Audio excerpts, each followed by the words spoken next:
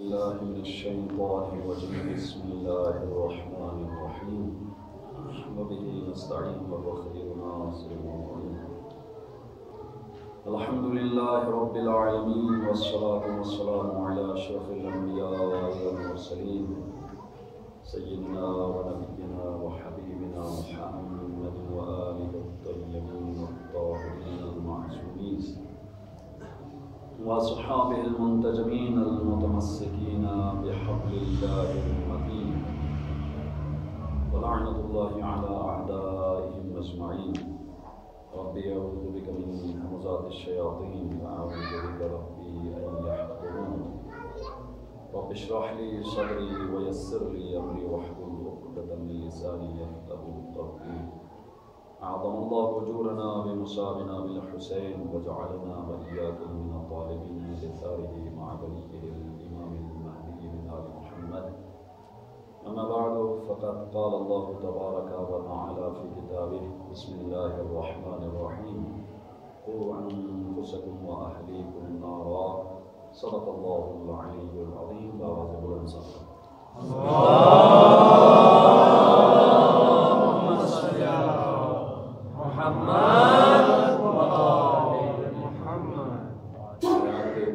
جس کی طرف کل ہم نے اشارہ کیا تھا عبارت ہے ایمان و عمل صالح سے، اور حیات طیبہ کا اگر خلاصہ پیش کیا جائے ایک جملے میں تو وہ ہے انا للہ و انا الیہ راجعون، کہ ہم اللہ کے ہیں اور اللہ کی طرف پلٹ کر جانے والے ہیں۔ پس اگر یہ انا للہ سے الیہ راجعون تک کا سفر کربلا کے خونی آسمان کے نیچے ہو تو ہم اس کو ثقافت کربلا کی روشنی میں تربیت کہتے ہیں۔ اور یاد رکھیے اہل بیت اطہار کے ہاں ہر حوالے سے تربیت کا نمونہ موجود ہے۔ جب ہم کربلا کہتے ہیں اپنے موضوع میں ثقافت کربلا تو اس سے مراد صرف وہ اس واقعے کی طرف اشارہ نہیں ہے جو 61 ہجری میں کربلا کی سرزمین پر ہوا۔ اگر آپ کو یاد ہو کسی مجلس میں ہم نے اشارہ کیا تھا کہ کربلا کی بنیاد رکھی گئی مدینے میں بعد رسول صلی اللہ علیہ وسلم۔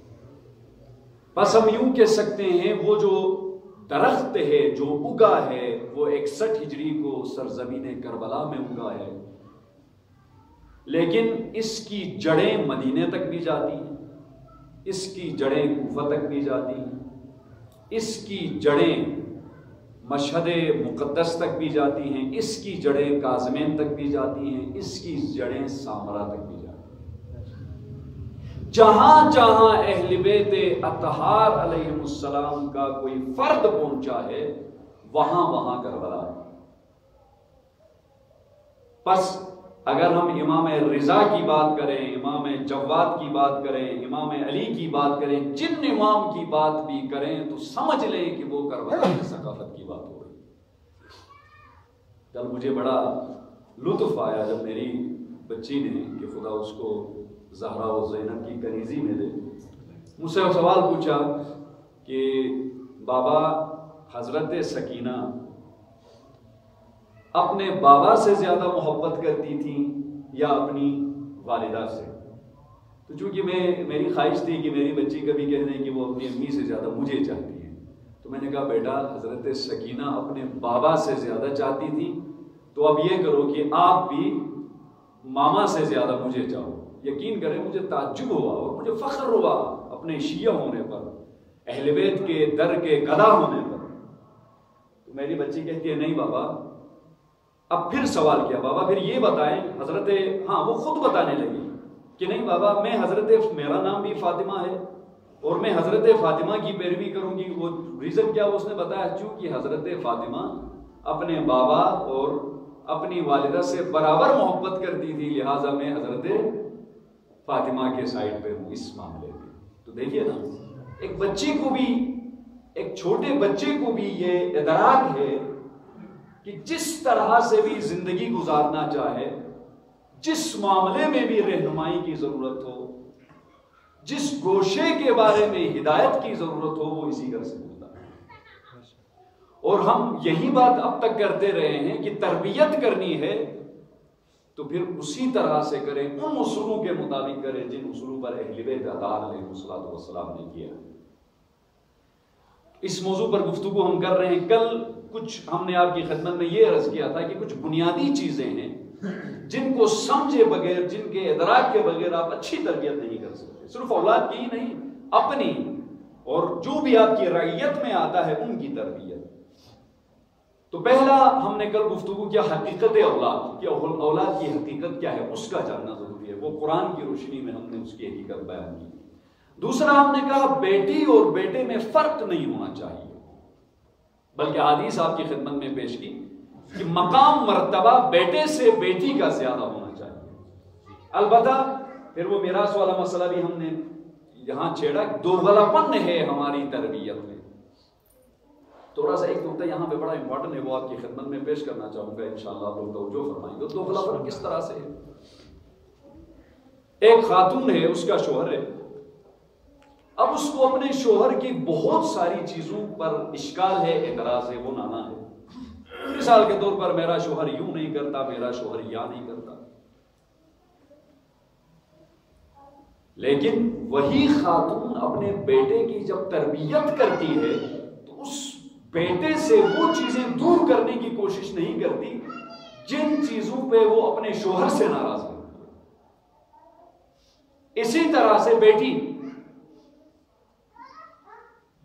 سے جو چیزیں باپ ہے وہ دیکھ رہا ہے کہ میری بیوی میں یہ نیگیٹو چیزیں ہیں، یہ نہیں ہونی چاہیے، لیکن جب اپنی بیٹی کی تربیت کر رہا ہوتا ہے تو وہ چیزیں اپنی بیٹی سے ختم کرنے کی کوشش ختم نہیں کرتا۔ چلیں یہاں ایک اہم نقطہ آپ کی مومنین کی خدمت میں پیش کرنا چاہوں گا، اس پر توجہ دیجیے گا۔ بعض ماشاءاللہ سے ہمارے معاشرے میں اچھے لوگ ہیں، بڑے سنجیدہ لوگ، اپنی اولاد کی تربیت کو تمام تر چیزوں سے مقدم قرار دیتے ہیں۔ ان کے لیے تو اولاد کی تعلیم و تربیت سے بڑھ کے کوئی اور چیز اہم نہیں ہے، بڑی اچھی تربیت کرتے ہیں۔ لیکن ایک جگہ پہ جا کے ایک ایسا گوشہ ہے جس کو وہ مکمل طور پر نظر انداز کرتے ہیں، اور وہ کیا ہے؟ دیکھیے، آپ کی تربیت میں یہ پروگرام بھی شامل ہونا چاہیے کہ آپ نے اپنے بیٹے کو ایک اچھا شوہر بھی بنانا ہے۔ توجہ کیجیے گا، اپنی بیٹی کو ایک اچھی بیوی بھی بنانی ہے۔ اب میں یہ نہیں کہہ رہا خدا نخواستہ کہ مثال کے طور پر بچہ بھی 7-8 سال کا ہے، بچی ابھی 7-8 سال کی، اس کو ابھی سے بتا دیا دیکھو بیٹا اچھے شوہر کی یہ خصوصیات ہیں، تمہیں اس طرح سے ہونا ہے، تمہاری بیوی کے ساتھ تم نے یہ برتاؤ کرنا ہے، یا بیٹی ہے اس کو بتا دیا کہ بیٹا دیکھو اس طرح سے اپنے شوہر کے ساتھ آپ نے معاملہ کرنا ہے۔ ظاہری بات ہے یہ چیزیں پھر بعض اوقات نیگیٹو رزلٹس اس کی ہوتی ہیں کہ بچے کے ذہن میں اسی ایج سے وہ بیوی اور ان معاملات کی طرف اس کا ذہن جائے گا، ممکن ہے خراب کر سکے، یا بیٹی اس کی توجہ اس طرف جائے اور وہ بڑے اہم زندگی کے معاملات سے چشم پوشی کرے۔ تو اس طرح سے نہ بتائیں۔ ہاں، نکاح ہو گیا بیٹے کا یا بیٹی کا، اب باقاعدہ طور پر آپ اس کی تربیت کریں۔ مثال کے طور پر بیٹے کا نکاح ہوا، آپ بتا دیں بیٹے کو، یہ تربیت کا حصہ ہے کہ دیکھو بیٹا بیوی کے یہ حقوق ہوتے ہیں اور تم نے بیوی کے یہ حقوق پورے کرنے ہیں۔ بیٹی کا نکاح ہو گیا، بتا دیں اس کو، ابھی شوہر کے گھر نہیں گئی، اس کو بتا دیں دیکھو بیٹا تم نے اس طرح سے شوہر سے معاملہ کرنا ہے، سیرت زہرا کے پہلو اس کو بتا دیں۔ ایسا کریں گے تو وہ بیٹی شوہر کے گھر میں جائے گی تو کوئی پریشانی نہیں ہوگی۔ جب بیٹا بیوی گھر لائے گا تو آپ کو کسی قسم کی پریشانی نہیں ہوگی۔ آپ یہ دیکھ رہے ہوں گے بیٹا اپنے بیوی کے ساتھ بڑا خوش ہے، ایک بہترین خوشگوار زندگی گزار رہا ہے، بیٹی اپنے شوہر کے ساتھ خوش ہے، بہترین خوشگوار زندگی گزار رہی ہے۔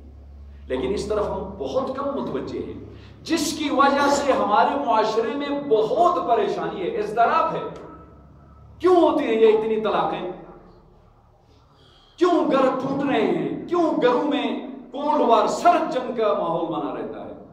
ذمہ دار کون ہے؟ ہم ہیں من حیث الوالد۔ تو ہمیں ان چیزوں کی طرف بھی متوجہ ہونا چاہیے۔ دوغلاپن تربیت اولاد میں ختم ہونا چاہیے۔ جس طرح سے بہو آپ چاہتے ہیں اسی طرح سے بیٹی کو بھی کسی کی بہو بنانے کی کوشش کرے. اور پتہ نہیں آج میں نے شاید نیچے کہیں مجلس میں ذکر کیا تھا، تربیت ادب کا ایک اہم نقطہ جو اہل بیت اطہار سے ہم تک پہنچا ہے. میرے خیال میں ہم اس پر عمل کریں تو یہ مسائل سارے ختم ہو جائیں. وہ یہ ہے کفا کا ادبا لنفسک، تمہارے نفس کے ادب کے لیے، الفاظ بدل کے بتا رہا ہوں، تربیت کے لیے یہ کافی ہے کہ تم جو چیز اپنے لیے پسند کرتے ہو دوسروں کے لیے بھی پسند کرو، جو چیز اپنے لیے ناپسند کرتے ہو دوسروں کے لیے بھی ناپسند کرو. آپ یہ چاہتے ہیں ماشاءاللہ آپ کی بہو آ جائے تو وہ بیٹی کے مقام پر وہ آپ کی خدمت کرے، تو پھر بیٹی کو بھی تیار کرے نا کسی کی اچھی بہو بنانے کے لیے. تو اس کی طرف متوجہ ہونے کی ضرورت ہے. یہ دوسری چیز تھی. تیسری چیز جو آج ہم جس کی طرف آ رہے ہیں، اور میرے خیال میں یہ فکری سے زیادہ عملی ہے، پریکٹیکل ہے. پہلی جو چیزیں آپ کی خدمت میں عرض کی وہ کچھ تھیوریٹیکل ٹائپ کی تھی، وہ یہ ہے کہ ہدف کا تعین ہونا چاہیے.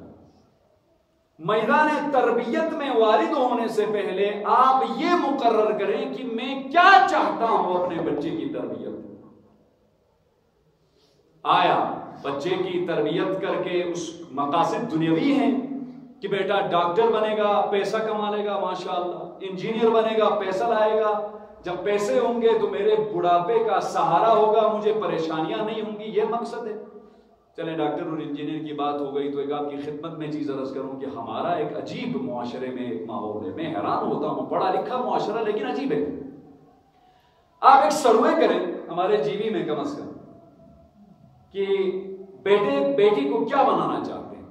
میں کہہ سکتا ہوں کہ 99.9% لوگ یہ کہیں گے ڈاکٹر بناؤں گا یا انجینئر بناؤں گا. مطلب دوسری طرف کے تو دروازے بند ہیں. میڈیکل سے اگر بچہ رہ جاتا ہے پھر دیگر راستے کی طرف جا رہے ہیں. انجینئر نہیں بن پا رہا پھر دیگر راستے، کیونکہ یہ دیکھ رہے ہوتے ہیں نا معاشرے میں ماشاءاللہ ڈاکٹر بڑے کماتے ہیں، انجینئر بڑے کماتے ہیں، ادھر لگا دو. باقی یہ پروفیسر بنائیں گے، ٹیچر بنیں گے، ادھر کیا پیسے اس کی طرف متوجہ نہیں ہے. اور افسوس یہ ہماری قوم پھر روتی بھی ہے. ڈی سی بڑا متعصب ہے، اے سی بڑا متعصب ہے، کمشنر نے یوں کیا یہاں کیا. کیسے نہیں ہوگا؟ میدان تو آپ نے خالی چھوڑا. اور میں آپ کی خدمت میں عرض کروں، رزمگاہ میں کسی دن کہا تھا نا، میدان میں ہر میدان میں ہونا چاہیے. محاذوں کو کیوں خالی چھوڑ رہے ہیں آپ؟ جب محاذ خالی ہوگا دشمن آ کے قبضہ کر لے گا، اور خدا نخواستہ دشمن بھی کوئی ناصبی ہو، کوئی یزیدی ہو، پھر تو بڑے مسائل ہیں، بڑی مشکلات ہیں. ہدف کا تعین، کیا چاہتے ہیں آپ؟ بہترین ہدف یہ ہو تربیت کا، ربنا آتنا فی الدنیا حسنۃ وفی الآخرۃ حسنہ. اور یہ ہے اسلام کا ورلڈ ویو، جہان بینی کا نظریہ. اسی پر خلاصہ ہے، کل خلاصہ یہ ہے کہ پروردگار دنیا میں بھی نیکی دے، بلائی دے، آخرت میں بھی. یعنی اسلام چاہتا ہے دنیا بھی سنور جائے، آخرت بھی سنور جائے. بس تربیت یہ ہو کہ آپ کے بچے کی دنیا بھی سنور رہی ہے، آخرت بھی سنور رہی ہے، دونوں دنیاؤں میں عالموں میں وہ کامیاب ہے. لیکن انفارچونیٹلی بدقسمتی سے ہمارے ہاں ایسا نہیں ہو رہا. تعلیم کا مقصد بھی یہ ہے کہ بچے کی دنیا سنور جائے. یہ دنیا کیا ہے؟ اہل بیت اطہار علیہ السلام کی نظر میں تو اس کی کوئی حیثیت نہیں. قرآن کی نظر دیکھیے، عجیب آیتیں ہیں. زُيِّنَ لِلَّذِينَ كَفَرُوا الْحَيَاةُ الدُّنْيَا. کافر، خدا قرآن میں کہہ رہا ہے کافروں کے لیے دنیا کی زندگی کو مزین کر دیا گیا ہے، بڑی اچھی لگتی ہے دنیا کی زندگی. وَيَسْخَرُونَ مِنَ الَّذِينَ آمَنُوا. عجیب آیت ہے، یقین کریں، سورہ بقرہ آیت نمبر 212. دنیا کی زندگی ان کے لیے خوبصورت کر دی گئی ہے. کن کے لیے؟ کافروں کے لیے. مومن کی بات نہیں ہو رہی ہے، کافر کے لیے دنیا کی زندگی خوبصورت کر دی ہے. اور کیا کرتے ہیں؟ من الذین ویسخرون من الذین آمنوا. ایمان والوں پر ہنستے ہیں. توجہ کر رہے ہیں؟ اچھا یہ اس کا بیٹا 90,000 لے رہا ہے، 1 لاکھ کما رہا ہے مہینے میں، مذاق اڑا رہے ہیں. دنیا نہیں ہے، مذاق اڑا رہے ہیں. گاڑی پر بیٹھا ہے تو ایسے لگ رہا ہے جیسے پورے آفاق اس کے قبضے میں آئے ہوں اور یہ تخت سلیمان میں بیٹھ کے کہیں جا رہا ہو. اگر کوئی مومن تربیت اور تعلیم کی وجہ سے پیدل جا رہا ہے، مثال میں بچے کا ہاتھ پکڑ کے اسکول سے لا رہا ہے، مزہ آتا ہے۔ پھر علی کے ماننے والوں کے لیے دنیا ہدف نہیں ہونا چاہیے۔ فرمان میں آپ کی خدمت میں پیش کر رہا ہوں امیر المومنین کا، بڑا عجیب فرمان ہے، یہ نہج البلاغہ میں بھی موجود ہے اور دیگر احادیث کی کتب میں بھی موجود ہے۔ واللہ ان دنیاکم ہذہ لأہون من اوراق خنزیر فی ید مجزوم۔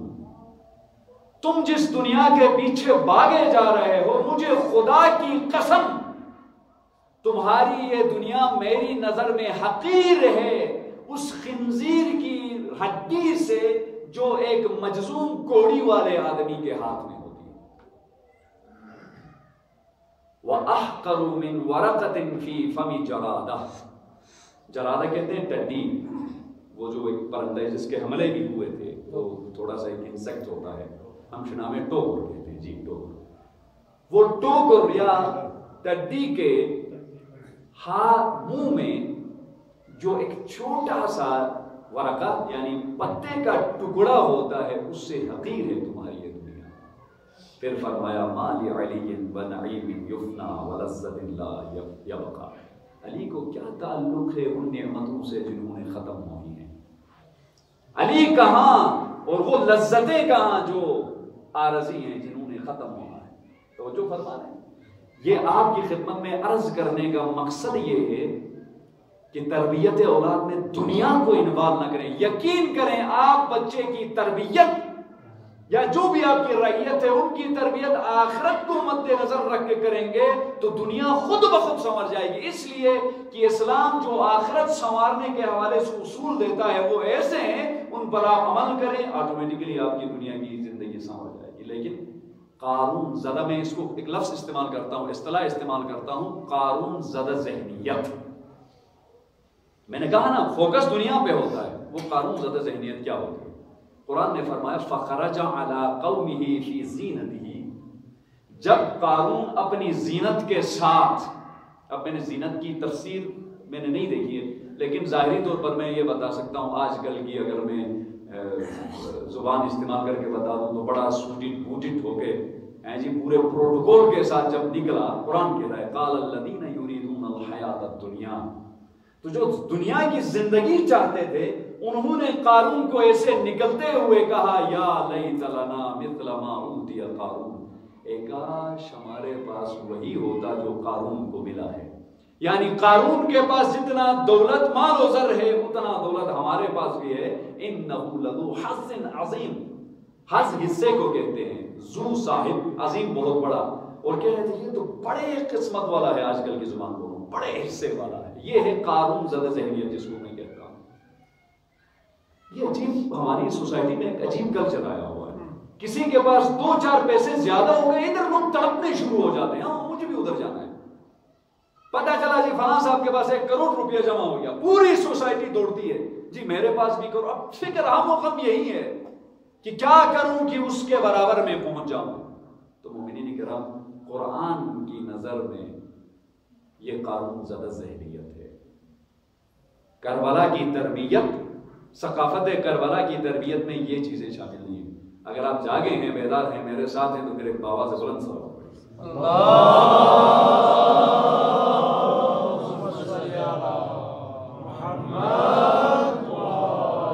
اب مسئلہ یہ ہے تربیت جیسے مہم معاملے میں دنیا دخیل۔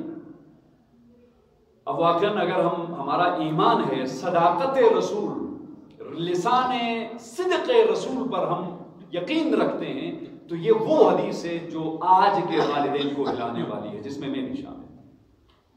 عجیب حدیث ہے یہ، جامع الاخبار میں محمد بن محمد شاعری کی کتاب ہے، اس سے میں نے یہ حدیث لی ہے، دیگر احادیث کی کتب میں بھی یہ حدیث آپ کو ملے گی۔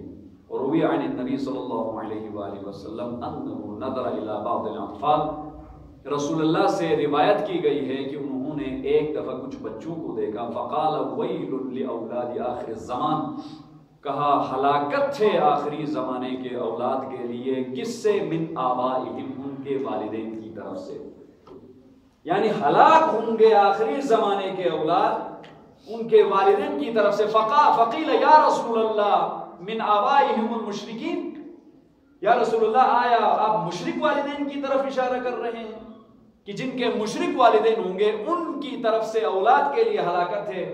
فقال لا من آبائہم المؤمنین، نہیں، میں مشرک والدین کی بات نہیں کرتا، میں ان والدین کی بات کر رہا ہوں جو ایمان والے ہوں گے مگر اپنے بچوں کی عاقبت کو ختم کرنے والے ہوں گے۔ اب توجہ کیجیے، لا يعلمونهم شيئا من الفرائض، یہ والدین ایسے ہوں گے کہ جو فرائض سے، واجبات پروردگار کے بارے میں کوئی ایک چیز بھی اپنے بچے کو نہیں بتائیں گے۔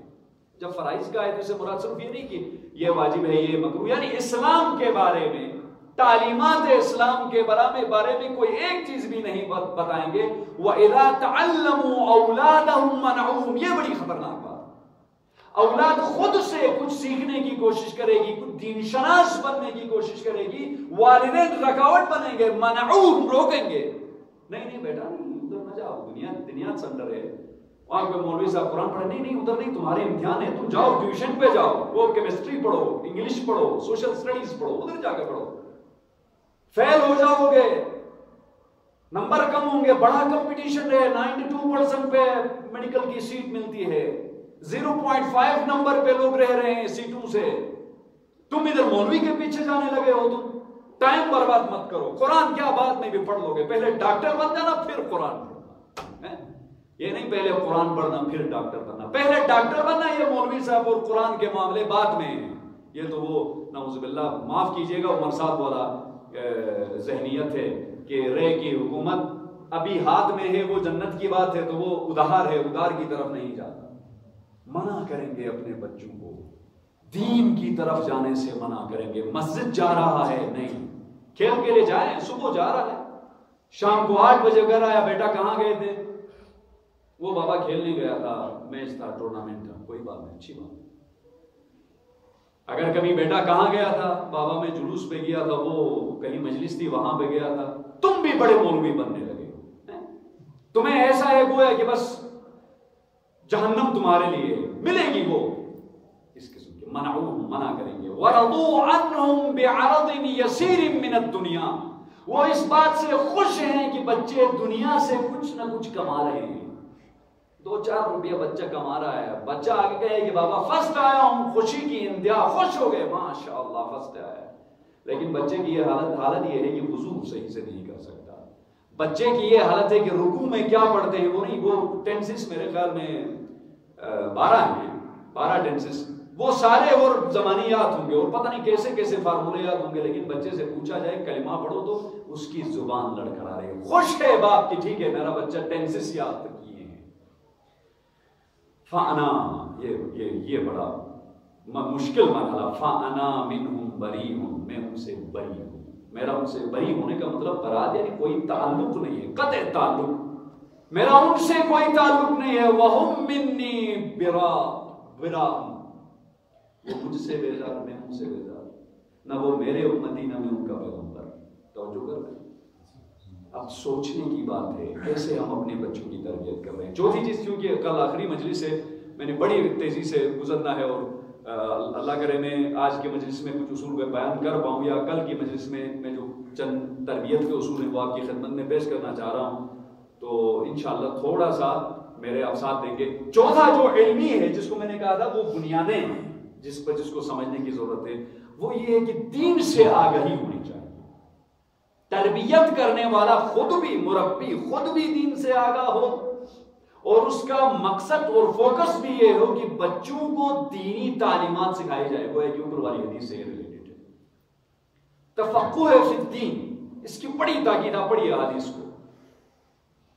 نہج البلاغہ میں کلمات کثار میں، چلے نہج البلاغہ چونکہ ایک اجنبی کتاب ہے اس لیے بتا رہا ہوں، امیر المومنین کے نہج البلاغہ میں تقریباً پہلا حصہ خطبوں پر مشتمل ہے، دوسرا حصہ آپ کے مکتوبات پر مشتمل ہے جو لیٹرز آپ نے لکھے ہیں، اور تیسرا حصہ جس میں چھوٹے چھوٹے فرامین ہیں، کلمات کثار کہا جاتا ہے یا حکمت کہا جاتا ہے، اور واقعاً بڑی حکمتیں ہیں۔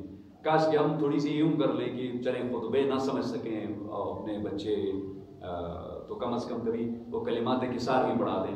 استاد ہیں تو کتنی اچھی بات ہے، وہ اپنی یہ عادت بنا لے کہ جب میں کلاس میں جاؤں، کلاس میں پڑھانے سے پہلے، شروع کرنے سے پہلے میں نہج البلاغہ کے کلمات کسار میں سے ایک نورانی حکمت بڑا فرمان بچوں کو پیش کروں گا. پر محمد والے محمد بلند تر صلوات.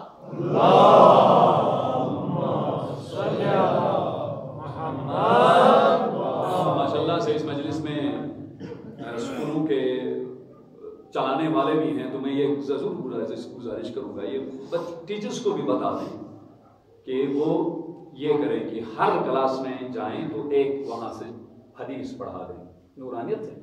مولانا نجم البلاغہ میں فرمایا یہ دماغ جو ہوتے ہیں نا، ذہن، یہ بھی بدن کی طرح تھک جاتے ہیں. یہ بھی نجم البلاغہ میں فرمایا جب یہ تھک جائیں ذہن دل، تو ان کو حکمت بڑے کلمے سنائیں، اس سے دل تھکتے نہیں ہیں. توجہ کر رہے ہیں؟ تو بچہ کلاس میں اس کا آغاز امیر المومنین کے نورانی کسی کلام سے ہو تو اس کا دل خود بخود جو ہے روشن ہوگا. یہ کنٹریبیوشن کر سکتے ہیں.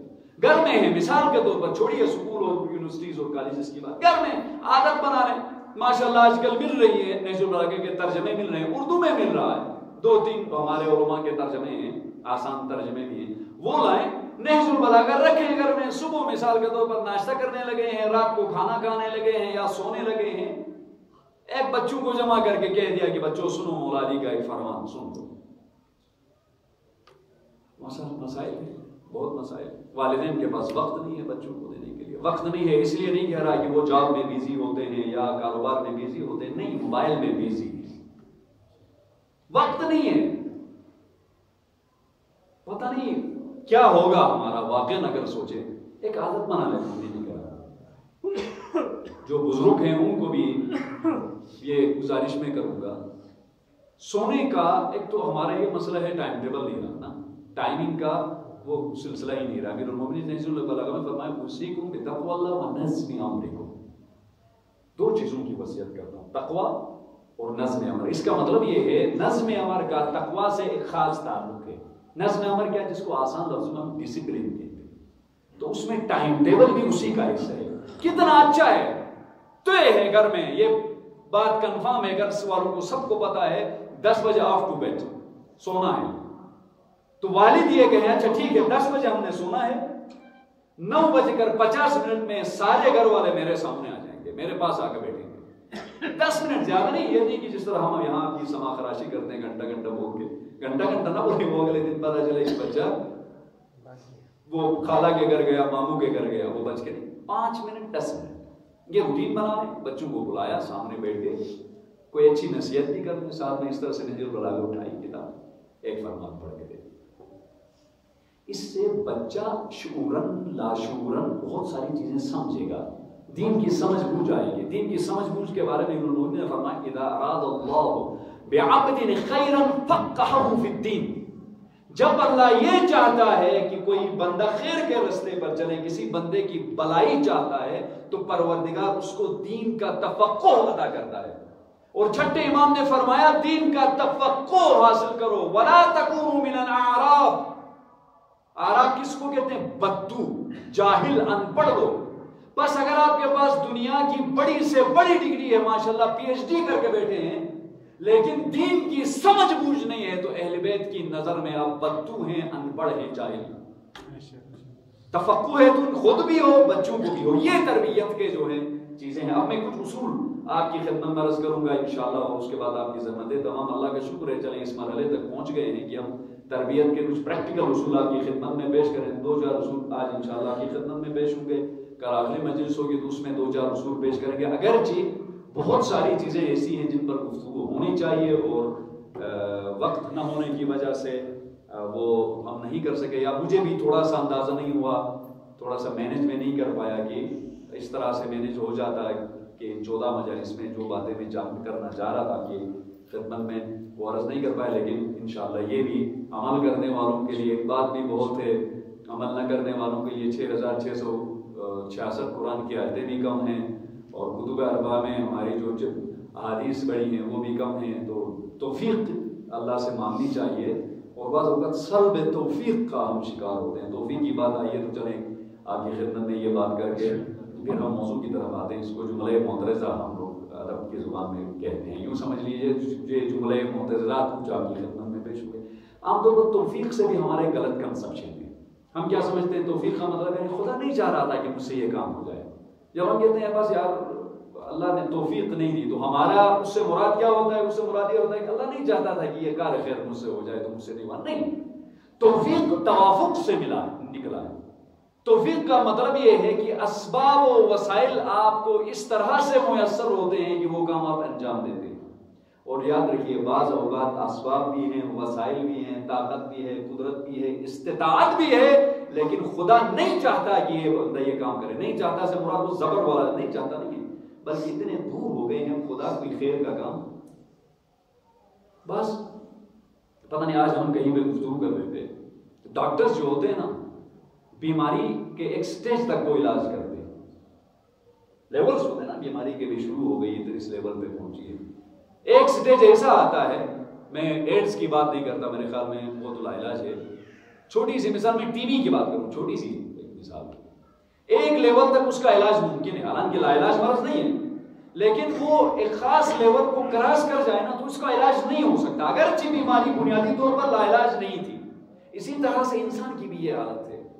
ایک خاص لیول تک اس کے ہدایت کے چانسز ہوتے ہیں، لیکن اس لیول کو کراس کر کے اوپر جائے، ضلالت کے لیول تک پہنچ جائے، پھر اللہ بھی اس کو کہتا ہے تو اچھا مزے کر، تجھے بعد میں دیکھا جائے گا. جس کو قرآن نے کہا مہلت دیتا ہے پروردگار، مہلت دیتا ہے ایک خاص لمحے تک. یا حدیث میں بڑا خوبصورت کہا گیا مومن کے دل میں ایک نورانی نقطہ ہوتا ہے، جب انسان گناہ کرتا ہے اس پہ ایک سیاہ نقطہ پڑتا ہے، توبہ کیا وہ نقطہ مٹ گیا. یوں سمجھ لیں کہ ایک وائٹ بورڈ کی طرح، توجہ کر رہے ہیں، ایک گناہ کیا وہاں پہ ایک لکیر کھنچ گئی.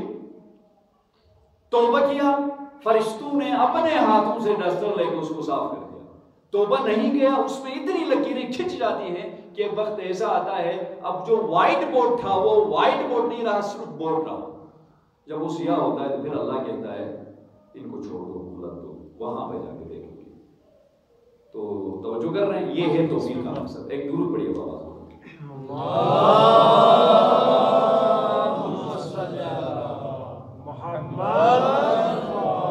اچھا کچھ اصول ہیں اسلامی لٹریچر کو اگر آپ اسٹڈی کریں، تربیت کے پرنسپلز، قواعد کہہ لیجئے، ضوابط کہہ لیجئے، قوانین کہہ لیجئے، اس رہنمائی کے طریقے، یا اور آسان کر دوں تو ٹپس کہہ لیجئے. یہ ٹپس نہیں ہیں. پہلی بات یہ ہے کہ تربیت کا آغاز کہاں سے ہوتا ہے.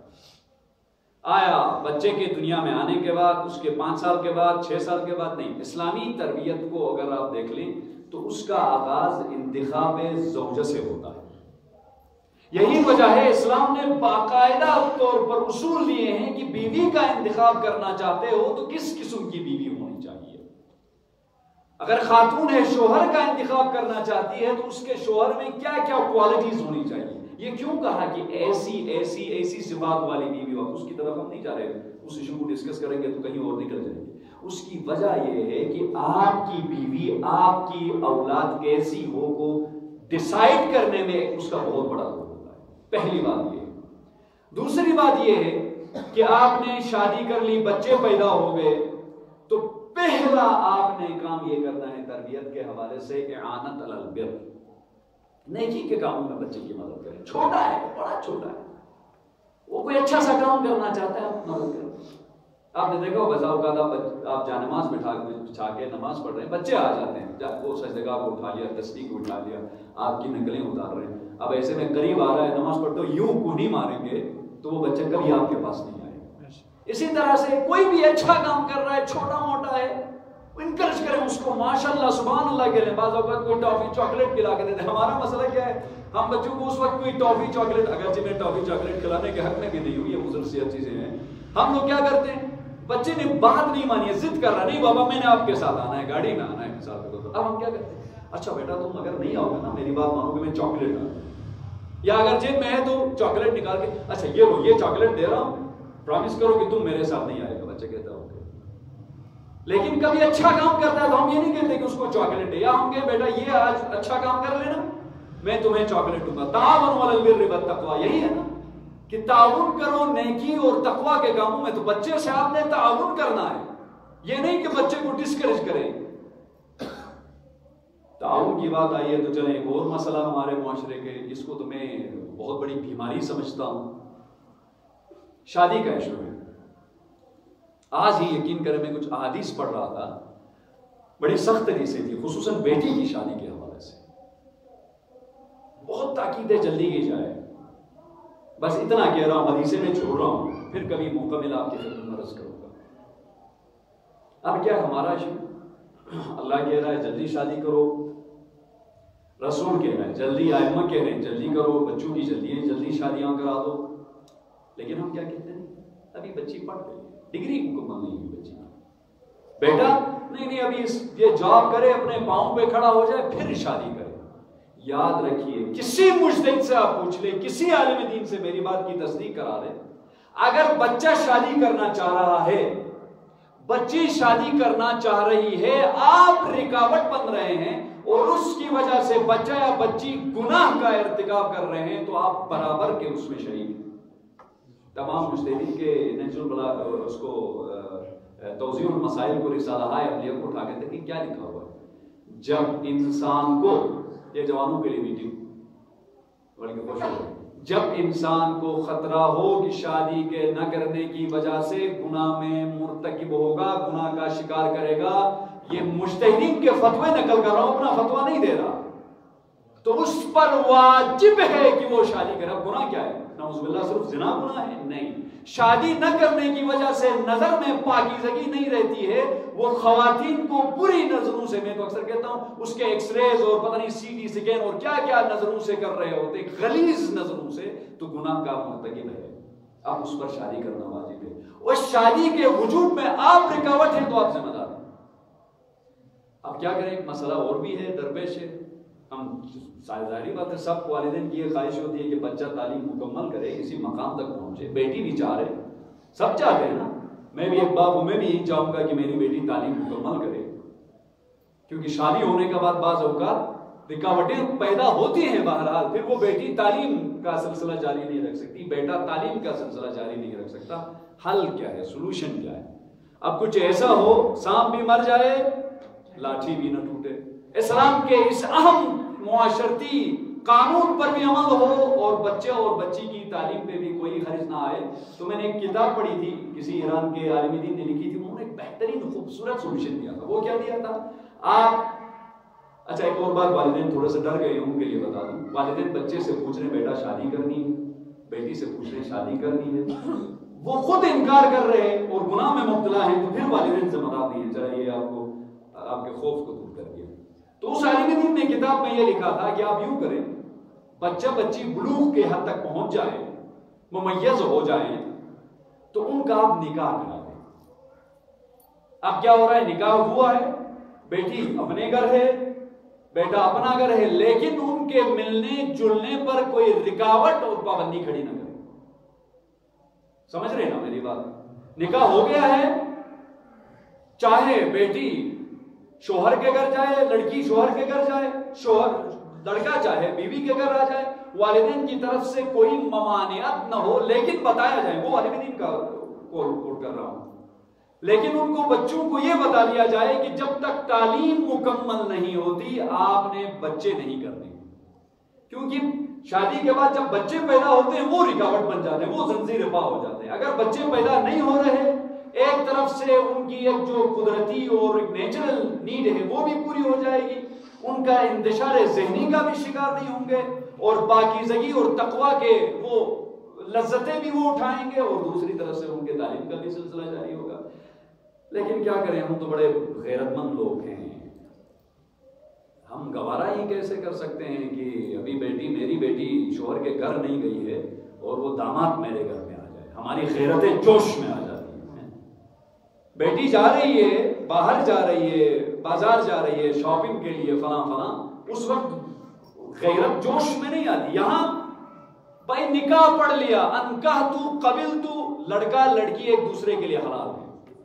یہ جو ہم کہتے ہیں معیوب سمجھتے ہیں، یہ اسلام کی طرف سے کوئی معیوب نہیں ہے. یہ شادی اور رخصتی تو ہمارے رسم ہے. اسلام میں تو آپ نے نکاح پڑھ دیا، وہ ایک دوسرے کے لیے حلال ہو گئے. اس کی وجہ سے انتشار پھیل رہا ہے. اب جو معاشرے میں اٹھنے بیٹھنے والے لوگ ہیں، نفس شناس معاشرے کے جو لوگ ہیں، ان سے کبھی آپ مل بیٹھیں، جو آپ لوگ کہتے ہیں نا مارکیٹ کے آدمی ہیں، جو مارکیٹ میں ہیں، ان سے کبھی مل بیٹھیں، ان سے اس حوالے سے آپ بات کریں تو آپ کے رونگٹے کھڑے ہو جائیں گے۔ اتنی گندگی ہے، خدا معاف کرے معاشرے میں۔ کئی تو لڑکیاں بھاگ کے چلی جاتی ہیں باپ کے گھر سے، کیوں بھاگی ہیں؟ نوبت کیا کیوں آئی بھاگنے کی؟ اور وہ جو حجاب تھا، قدرتی حجاب عورت اور مرد کے درمیان جو دیوار تھی حیا کی، وہ دیوار گر چکی ہے۔ فرسٹریشن ہے سوسائٹی میں، اب تو موبائل ہاتھ میں آ گیا ہے نا، اس میں تو اب پتہ نہیں کیسی کیسی گندگی یہاں پہ بھری ہوئی ہے۔ بچہ موویز دیکھ رہا ہے، غیر اخلاقی ویب سائٹس کو وہ وزٹ کر رہا ہے، تو کیسے وہ خراب نہیں ہوگا؟ جنسی بہرہ روی کا ہمارا پورا معاشرہ شکار ہو چکا۔ علاج کیا ہے؟ آپ کہیں جی ٹھیک ہے، آپ جو ممبر اور اسٹیج پہ آتے ہیں ان کو چاہیے کہ وہ عفت نگاہ، غض بصر اور حفاظت فرج کے بارے میں گفتگو کریں۔ گفتگو سے کچھ نہیں ہوگا۔ آپ کو ایک واضح کلیئر کٹ انداز میں ایک بات آپ کی خدمت میں عرض کروں، یہ بھی تربیت کا اہم چیز ہے۔ دیکھیے کچھ چیزیں اللہ نے ہمارے وجود میں رکھی ہیں جن کو سائیکالوجی میں یا سوشالوجی میں انسٹنکٹ کہا جاتا ہے، یعنی وہ چیزیں ہیں جس میں ہمارا کوئی عمل دخل نہیں۔ مثال بھوک، کبھی ایسا ہوا ہے کہ آپ کہیں کہ آپ کو کہیں کہ 3 دن تک مجھے آپ نے تنگ نہیں کرنا ہے، ہوگا ایسا؟ نہیں، خود لگے گی بھوک، پیاس انسٹنکٹ میں ہے، خود پیاس لگے گی۔ اسی طرح سے جو جسمانی جنسی ایک ضرورت پروردگار میں وجود میں رکھا ہے، یہ بھی ایک طرح سے بھوک اور پیاس کی طرح ہے۔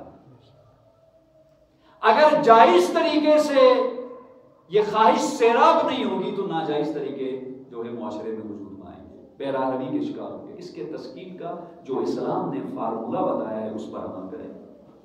اسلام نے، میں آپ کو اصول کافی سے حدیثیں کوٹ کر کے سناتا ہوں، کہا یہ اوائل جوانی میں شادی کرے، اور ایک بڑی خوبصورت حدیث تھی، جب اوائل جوانی میں جوان شادی کرتا ہے تو شیطان چیخ مارتا ہے، کہتا ہے ہائے افسوس، یہ ایگزیکٹ ٹرانسلیٹ میں کر کے دے رہا ہوں، ہائے افسوس کہ اس نے مجھ سے اپنا دین بچا لیا۔ اب باقی جو فضیلتیں ہیں وہ ظاہری بات ہے یہاں پیش کرنے کے لیے ہمارے پاس وقت نہیں ہے، تو پھر قبول کریں۔ میں نے آپ کو یاد ہوگا کہا تھا کہ یہاں either you are with us or against us کی کا پالیسی ہے۔ ادخلوا فی السلم کافہ، مکمل طور پر آنا ہے۔ ایسا نہیں ہے کہ ایک پاؤں دہلیز کے باہر ہے ایک پاؤں اندر ہے، آدھے اندر کے ہوئے آدھے باہر کے ہوئے، نہیں نہیں، مکتب ایلیویٹ میں یہ فلسفہ ہے ہی نہیں۔ یا پورے کے پورے باہر چلے جاؤ یا پورے کے پورے اندر چلے جاؤ۔ اندر چلے آئے تو سعادتیں ہیں، بزرگیاں ہیں، بلندیاں ہیں، رفتیں ہیں، باہر چلے جائیں تو اس کے برعکس چیزیں ہیں، ذلتیں ہیں۔ یہاں پہ اس طرف آ جائیں تو وہ مقام ملتا ہے کہ مسجد ملک کہلاتا ہے انسان، اس طرف چلے جائے تو کل انعام بل ہم اضل، چوپایوں سے برے اور چوپایوں کی طرح، بلکہ چوپایوں سے بھی اس مقام پر چلا جائے۔ بس ضرورت اس عمل کی ہے، سمجھیں ہم اہل بیت کے مکتب کو اور اس مکتب پر عمل کرنے کی کوشش کریں۔ یہ اہل بیت کی طرف سے جو دین ہے وہ ایسے ہی نہیں آیا، بڑی مصیبتیں جھیلی ہیں اہل بیت نے اس دین کو ہم تک پہنچانے کے لیے، بڑے جتن کیے ہیں، بڑی قربانیاں دی ہیں۔ آپ سید السجاد زین العابدین علی ابن الحسین علیہ السلام کو ذہن میں رکھیں، تعجب ہوگا آپ کو کہ اس مقدس ہستی نے، اہل بیت کے اس پاکیزہ فرد نے کیسے کیسے قربانیاں دی ہیں۔ اگر آپ سوچیں تو حسین سے بڑھ کے ہے سید السجاد کا دکھ۔ بڑے ظلم ہوئے امام حسین پر، مظلوم لقب قرار پایا، لیکن امام حسین نے اپنی بہن زینب کو بغیر چادر کے نہیں دیکھا۔ ہاں علم امامت سے جانتے تھے لیکن دیکھا نہیں۔ امام حسین نے سکینہ کے کانوں سے بہتے خون کو نہیں دیکھا۔ امام حسین نے سکینہ کو اپنے رخساروں پہ ہاتھ رکھ کے ہائے بابا کہتے ہوئے نہیں دیکھا، نہیں سنا، لیکن سید السجاد نے دیکھا۔ اللہ جانے کیسے صبر کیا ہوگا اس صابر امام نے، کتنی مصیبتیں جھیلی ہیں اس امام نے، اور فداکاری، جرت، بہادری میں امام حسین سے کم نہیں۔ خیمے میں بیٹھے تھے، اچانک کانوں میں آواز گونجی، حل من ناصر ینصرنا۔ امام حسین کی آواز، بیمار ہیں، یکدم کھڑے ہو گئے، کہا بھی اماں مجھے سنبھالیے، ایک ہاتھ میں عصا ہے، ایک ہاتھ میں نیزہ ہے۔ در خیمے پہ آئے، حسین نے رخ دیکھا، کیا دیکھا کہ سید السجاد آمادے پیکار ہے۔ کہا بہن زینب میرے سجاد کو سنبھالو، کہیں دنیا محمد کے جانشین سے، محمد کی آل سے خالی نہ ہو جائے۔ امام سجاد نے کہا پھوپھی اماں مجھے روکے نہیں، وقت کا امام بلا رہا ہے، میرے بابا تنہا ہو گئے۔ ایک مرحلے میں جب سارے شہید ہو گئے، امام زین العابدین بیماری کی حالت میں تقریباً عاشورہ کا زیادہ دن بے ہوشی کے عالم میں مولا نے گزارے۔ ایک وقت آیا، سرحانے پہ اپنے بابا کے وجود کو محسوس کیا، آنکھیں کھولی، کیا دیکھا؟ بابا زخمی ہیں، چہرے پہ غم کے آثار ہیں۔ پہلا سوال جو سید السجاد زین العابدین نے پوچھا اپنے بابا سے، عزادارو وہ جانتے ہیں کیا سوال تھا؟ امام نے آنکھیں کھولتے ہی اپنے بابا کے چہرے کو دیکھا اور کہا بابا جان این عمی العباس، بابا میرے چچا عباس کہاں ہے؟ اللہ اکبر۔ گویا سید السجاد جانتے تھے کہ اگر چچا عباس ہوں تو میرے بابا کے چہرے پر پریشانی کے آثار نہ ہوں۔ بس عزادارو ایک وقت ایسا آیا کہ ایک ظالم خیمہ سید السجاد میں داخل ہوا، اور امام جس بستر پر آرام فرما رہے تھے، عزادارو روایت کی ہے راوین نے کہ اس ملعون نے بسترے کو ایسے چھینا کہ امام منہ کے بل زمین کربلا۔ پھر وہ منظر بھی کہ جب لاشوں کے درمیان سے امام سجاد کو لایا گیا، میں نے اس دن پڑھا عزادارو آپ کی خدمت میں، امام کو زنجیروں سے جکڑا گیا تھا، اور چونکہ مریض تھے، پشتے ناقہ پہ سنبھل نہیں سکتے تھے، آپ کے ٹانگوں کو اونٹ کی پیٹ کے نیچے باندھا تھا کہ کہیں گر نہ جائے۔ جب اپنے بابا کے پارا لاش کو دیکھا تو قریب تھا، خود روایت کرتے ہیں امام کی، قریب تھا کہ میری روح نکل جاتی۔ یکایک میری پھپھی زینب نے مجھے دیکھا، کہا میرے دادا اور بابا کی یادگار سجاد میں کیا دیکھ رہی ہوں، یہ تمہارے ماتھے پہ موت کا پسینہ کیسا؟ سید السجاد کہتے ہیں پھپھی اماں میری یہ حالت ایسی نہ ہو تو کیوں نہ ہو، میں دیکھ رہا ہوں میرے بابا کی لاش ٹکڑوں میں بٹی ہے، کسی نے میرے بابا کو کفن نہیں دیا، ہائے میرے بابا کے پاس کوئی آتا نہیں، گویا کوئی اجنبی ہے۔ اجرکم اللہ، نہ جانے صبر کے اس خدا نے کربلا سے کوفہ اور کوفہ سے شام تک کے منازل کو کیسے برداشت کیے۔ بس عزادارو 12 یا 13 کی شب کو دفن ہو گئے اہل بیت اطہار کربلا کے شہید۔ ہمارا عقیدہ ہے کہ امام کو امام دفن کرتا ہے۔ کوفہ کے زندان سے زین العابدین اعجاز امامت سے کربلا میں پہنچے۔ پتہ ہے آزادارو، بنی اسد کے لوگ کربلا میں گئے تھے شہیدوں کو دفن کرنے کے لیے، لیکن شہید کی پہچان تو سر سے ہوتی ہے، صورت سے ہوتا ہے۔ کوئی ایسا شہید نہیں تھا جس کا سر سلامت تھا، حتیٰ شہیدوں کے لباس بھی لوٹے گئے تھے۔ پریشان ہیں بنی اسد کے لوگ۔ اتنے میں کیا دیکھا، دور سے کوئی سوار آ رہا، آگے آئے سوار کو دیکھا، کیا دیکھا کہ سوار کی آنکھوں سے آنسو جاری ہیں۔ بنی اسد کے لوگوں سے کہا آ جاؤ میرے ساتھ، اجرکم علی اللہ۔ ایک قبر آمادہ ہے، اللہ اپنے بابا کو اس قبر میں اتارا، پائندی پہ بائی اکبر کی لاش، ایک اور قبر کھدوا دی، وہاں بنی ہاشم کے 18 جوانوں کو، اللہ اکبر، کتنا سخت ہے، 18 اپنے خاندان کے جوانوں کو دفن کیا۔ عجیب ہے عزیزو، جب حسین علیہ السلام کے قبر پر مٹی ڈال دی سید السجاد نے تو بیٹھ گئے، کہا بابا آپ کے بعد دنیا کی زندگی تاریک ہو گئی۔ شعر پڑھے ہیں امام نے، شعر کا ترجمہ ہے، بابا آج کے بعد میری آنکھوں میں نیند نہ ہوگی، بابا اب میرا چین اور قرار نہ ہوگا۔ عزادارو پھر سید السجاد نے روتے ہوئے بابا کی قبر کی مٹی کے اوپر عجیب جملہ لکھا۔ کیا لکھا؟ امام نے لکھا ہذا قبر الحسین الذی قتلوہ عطشانا غریبا، ہائے یہ اس حسین کی قبر ہے جس کو ظالموں نے پیاسا مارا، جس کو ظالموں نے غریب الوطنی میں مارا۔ بس آخری جملے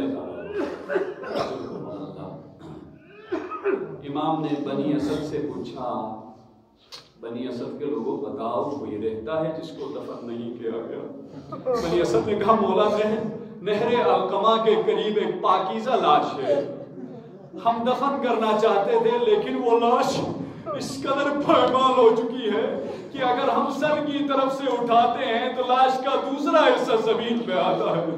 سید السجاد نے کہا اچھا وہ میرے چچا کی لاش، عزادارو بنی اسد کو لے کے گئے اپنے چاچا کی لاش پہ۔